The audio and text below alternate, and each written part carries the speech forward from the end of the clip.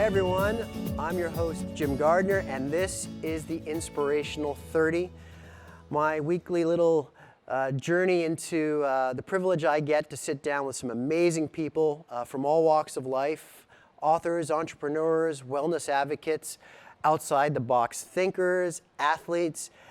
You know what, but we sit here because we're all bound by the common thing, and that is we're on a journey to find our most authentic selves. And we hope that it's inspiring to you at home, and thanks for watching. So today's episode is kind of a heartfelt story of a man who was asking questions in the mirror and really facing himself by being vulnerable. And it's my privilege to sit down with today's guest, Colin Bender. Welcome, Colin, to the show. Hey, Jim. How's it going? Yeah, pretty good. Good? Yeah. All right, so this is the Inspirational 30. This is where we try to inspire people to live a better life. Now, you created something recently, fairly recently. Yeah. What is it? It's called the Vulnerability Challenge. Vulnerability Challenge. Speaking of vulnerability, this is pretty vulnerable right now. There you go, right? Yeah, so it's a movement online right now. It's where people are kind of sharing their stories, and it's starting to travel around the world and open up and be vulnerable, because a lot of people online are showing just their best side. Mm-hmm. You know, just their... Not really what's going on most of the time, right? Yeah. So this movement's helping people remove their shame and some of their problems that they deal with, and being vulnerable and opening up. And okay, so the movement is created by you, so obviously you have dealt with this yourself. So where did this all come from? How did we get to you sitting here creating a worldwide movement? Mm-hmm. How did it start? How far do you want to go back? Well, when do you think it? Like, give us some kind of key points in your life. Yeah, I mean, I've been going back to my childhood a little bit lately to see where some of my shame and negative thinking has came from, because I've really suffered from anxiety for a long, long time. I would say, but I really noticed it was after high school. The transition from high school to university was extremely tough for me. I didn't really know what was going on. I thought I was going crazy. And then at the same time, me and my first love broke up, and my life was just unraveling. Sure. And so at that point, I went to a doctor, and the doctor gave me pills, sent me on my way. The usual. Yeah. Right. And from there, I was still kind of seeking answers. So I went to counseling eventually. I was reading books constantly, going to yoga, reading.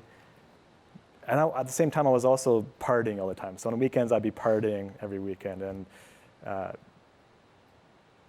it was very superficial life I was living. And I also had a lot of relationships with women that they started out really well, and they kind of ended in not such a good way. And my most recent relationship was with somebody that had some trauma and some addiction issues. And that led me to, eventually, that relationship unraveled and led me to a support group called Al-Anon. Mm-hmm. And that group, I was allowed to be really vulnerable. And I was able to open up with people, especially like men. It was a men's group.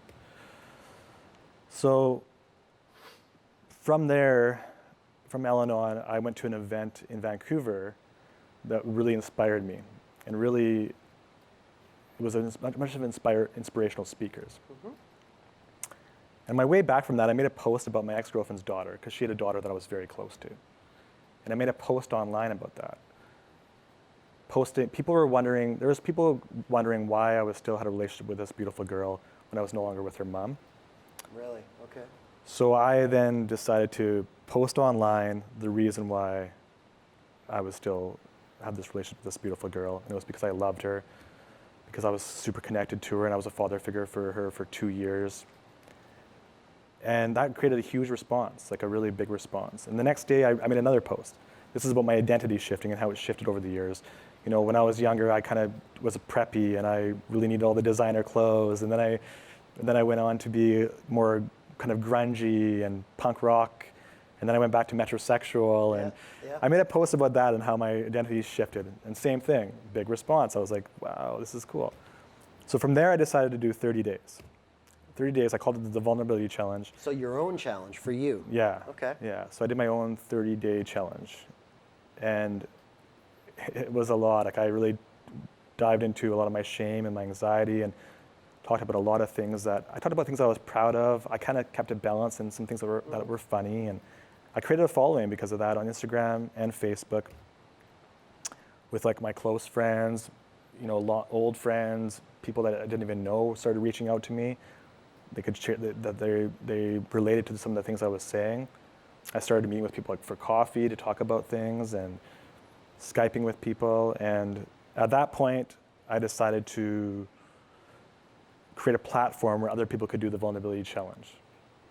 And so I launched the website in September with Instagram page, social media page, and it's been growing ever since. And so so you're basically your own vulnerability challenge led to you creating this platform for others to maybe find themselves or deal with certain issues in a community-based platform, basically, right? I mean, like-minded people who understand what it's like to be vulnerable, I guess, right? Is that kind of... Yeah, I think that people, they see you share their story and you're being vulnerable, then they feel like that they can be vulnerable as well. And some people have an easier time with opening up and being vulnerable. Other times other people are just standing by and watching and reading the stories and relating to them. Because one of the biggest things that the Vulnerability Challenge has done for people is to make them not feel alone. Right. Because if everybody's just trying to portray they're perfect all the time, and meanwhile you're at home with all this shame and you're thinking that everybody else is perfect, Sure. Sure. So the movement started in September, Yeah. right? So it's 4 or 5 months old, give or take. Yeah. And so what is it scope? So it's starting to reach out across the globe. So we have different countries involved, and there's different European countries. We got people in London doing it, Norway, Brazil, Malaysia. A lot of people in the U.S. are doing it. People locally and across Canada as well are starting to do it. So it's just trying to get more reach with it and doing things like this. And and then so how does it work? So can anybody post? Or how does someone that maybe wants to open up or be part of this, how do they get involved? How do they post? Yeah, so you could go to the website, and it talks all about kind of why do it, where it started, how to do it. But basically all you need to do is just share a part of your story. I did it for 30 days, which I found was really great because it allowed me to go really deep. Like I was on day 15, I was like, what else am I going to talk about? But I kept finding things. I started going deeper and deeper into things. So it was really rewarding for me. Like it felt like just a huge weight was lifted off my shoulders. I felt so much lighter and more connected to people. Some people are just posting once or twice and hashtagging the Vulnerability Challenge. Yeah. So if you hashtag it, I will see it, I'll like it, and I share some of them on the page. So and getting back to what you just said about 30 days on day 15, you're digging deep, and I imagine it must have been really eye-opening sometimes when you kind of unlocked that vault back there with maybe some things that you really hadn't processed in a long time, or how did that Well, I did process quite a bit of it. Lately I've been going back deeper into my childhood, which is even more interesting. But when I did the challenge, I think the relief was just removing that mask and letting the world know. Like when I told people that, when I made a post about, how much I struggled to go to university, how I went to maybe half my classes because I was so anxious and I couldn't even go because I wasn't even there. Like I couldn't even focus at all. I was so anxious. So I went to maybe half my classes. I did graduate. But when I made that post about that and how I was put on medication, I actually started crying when the amount of support I got from that. So just putting it out there, the thing is, you can't necessarily know that you're going to get a good reaction when you're putting out there. You don't actually know. So one of my like main mentors is Brené Brown. And what she says is to, don't share your open wounds publicly. So this is one of the things I'm trying to educate people with, is not to, there's a fine line, but not to really share like your open wounds publicly. Save those for people that you trust, that will be there for you and can hold space for you to share your story. So, but I think I was ready to remove this, and it just felt, well, I think, it's great. and I think it has to come from a genuine place too, right? I think I was talking to some of the production crew prior to this, and we were talking about that, how a lot of social media now is just a platform for someone to be heard or someone to seek attention, right? And so exactly that, maybe it's not the right place to expose, or it should only be exposing to people that you do in fact trust and that are going to give you valuable insight back, right? Like, for example, if you're going through a fresh breakup and you're feeling really, really hurt and pain, I wouldn't necessarily talk all about that on social media. But once you've kind of, dealt with some of your pain and you've kind of went back and reflected on your story, it's a good place to share that, and it connects people. Yeah, and share the journey of, I was down here, now I'm up and I'm okay, or I'm on my way to be okay, right? I mean, those are the stories that resonate more than just the woe is me, right? I mean, not being a victim. That's right. Oversharing, like there is a fine line between oversharing. I think I've crossed the line before. Like just oversharing with people I don't know quite yet, because like I'm quite open now.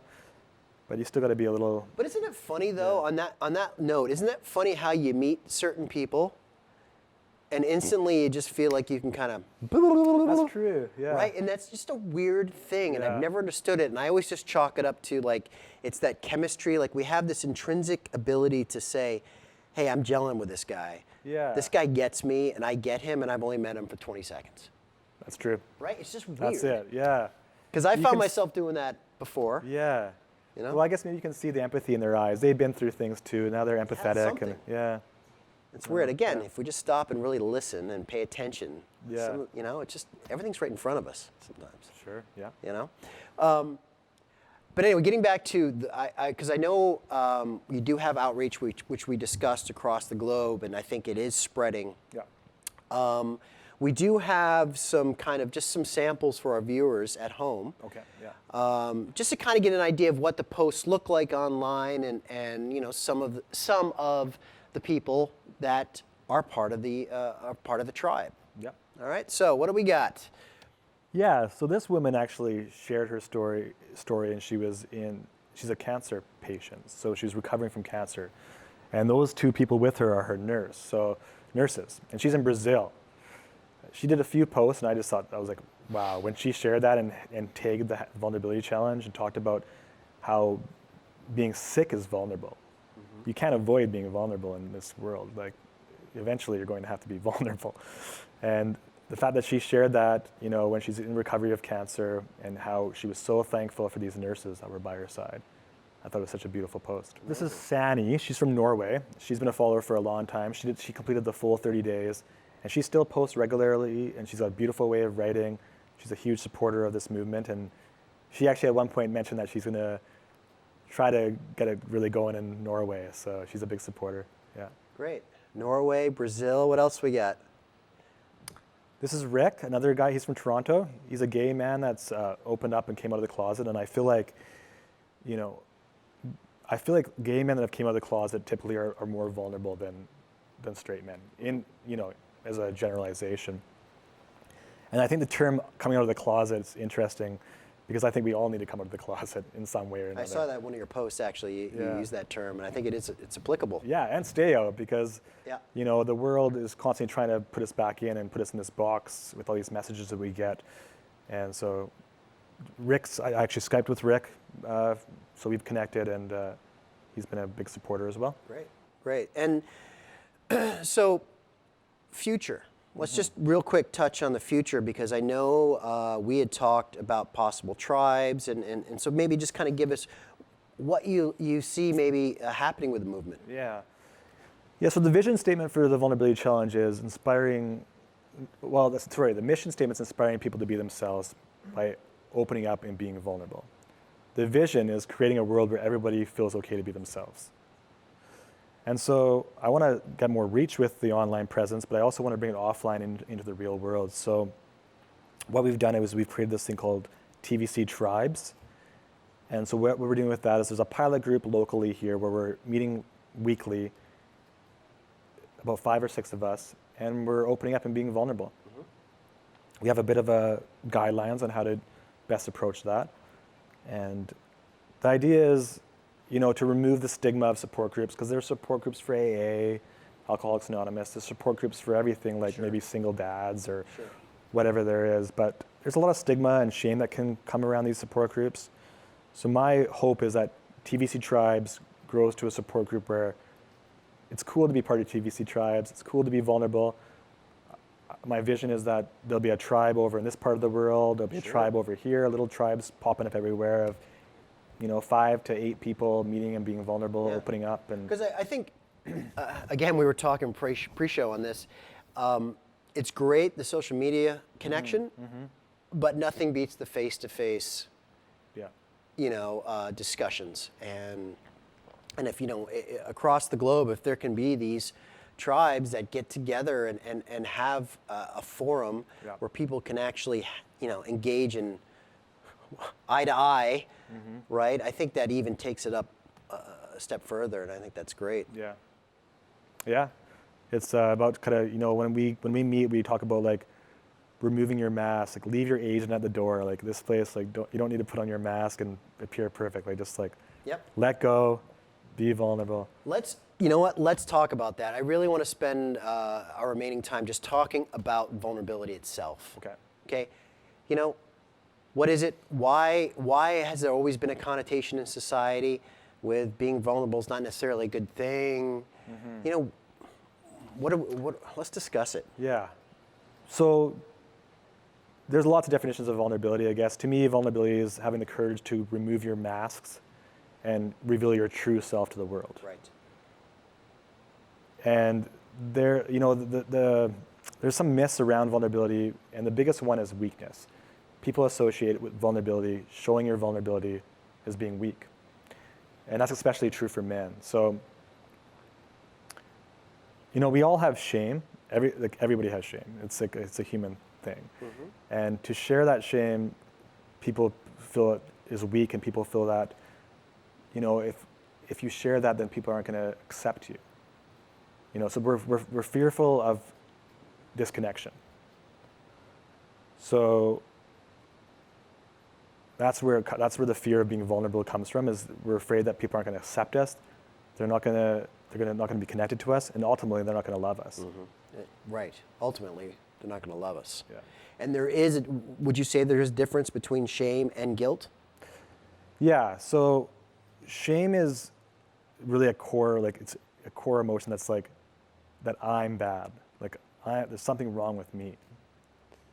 My shame in my head is like, a lot of times I had shame about, this person's going to think I'm weird. This person's going to think something's wrong with me. They're going to notice that I'm anxious.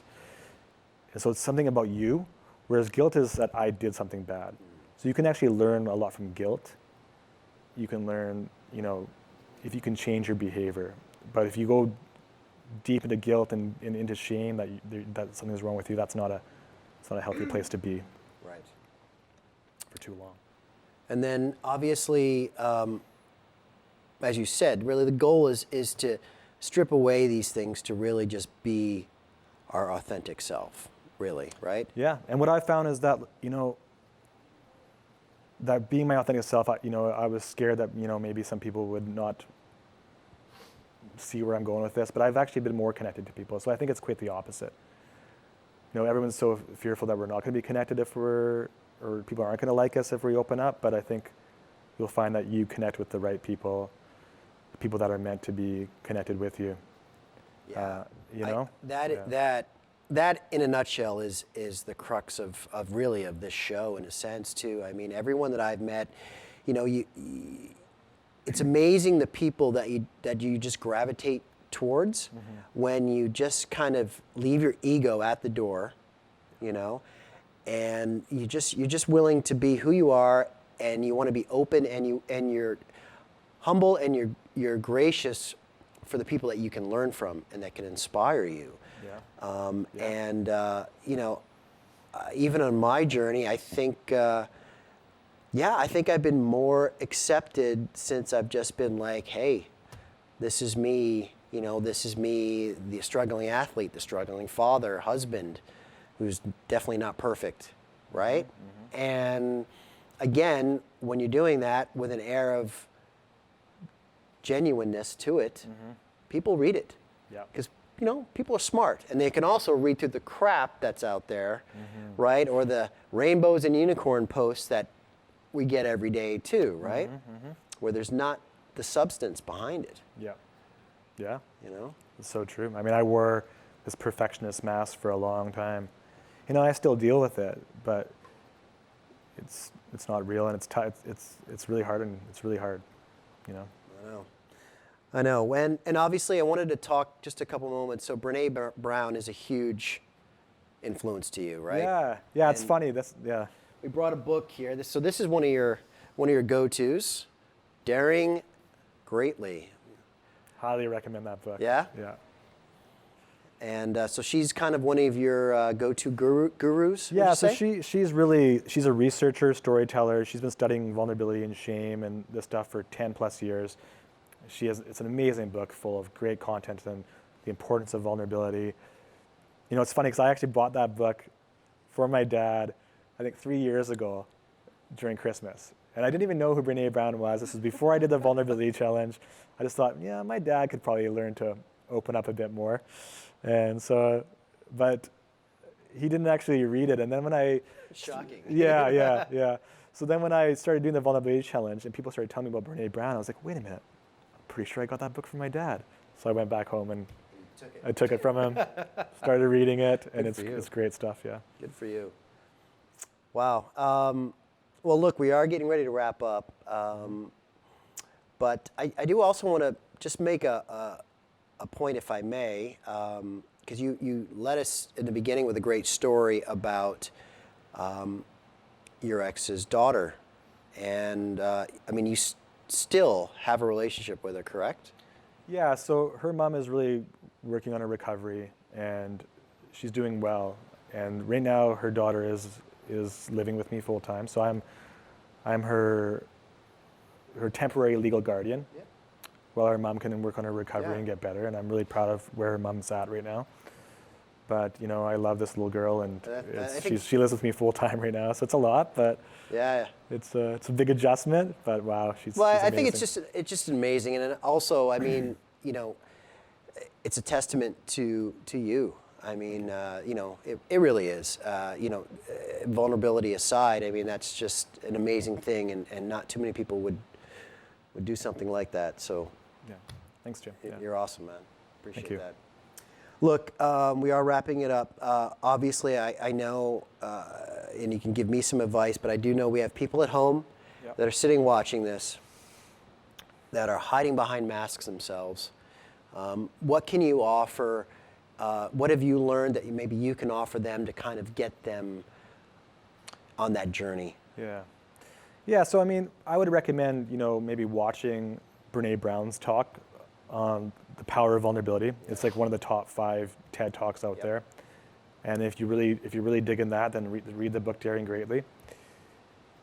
You know, but the more important thing is to share your story, talk about your shame, talk about some of the issues with somebody, whether it's, you know, it's a close friend, somebody that you trust that can really be there for you. And if you can't think of anybody, then go see a counselor, see a professional that's paid and knows how to do this. Because, you know, nothing worse than just sitting there at home and just keeping it all in. It pays to talk.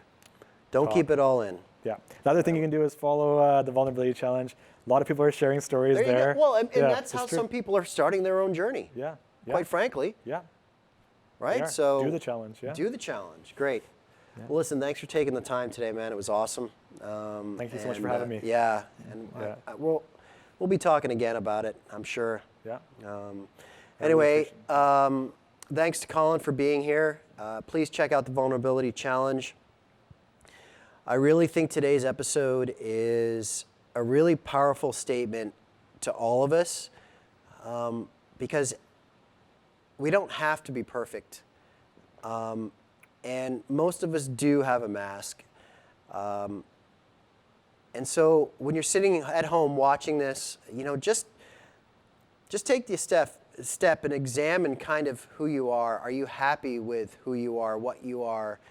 And take the steps. It's okay to be vulnerable in life. Well, we didn't even get into men today, but sitting here as a guy with 2 daughters and a wife, it's okay to be vulnerable. I think it does make us stronger, and there is no shame. There is no shame. For anybody that's sitting home kind of alone in the darkness, let's get out of that dark, get into the light. And the first step, just open up, reveal something. And if you need somebody, if you need a platform, check out the Vulnerability Challenge. And you can learn a lot. Anyway, just so much I could say on this episode, but I want to thank you at home for watching this today, our little journey into being better. Thank you again for all your feedback and your viewership. The show's amazing. We are doing a season 2, and we are spreading our wings with the show. It's very exciting. So thank you, and we'll see you on the next episode. Cheers.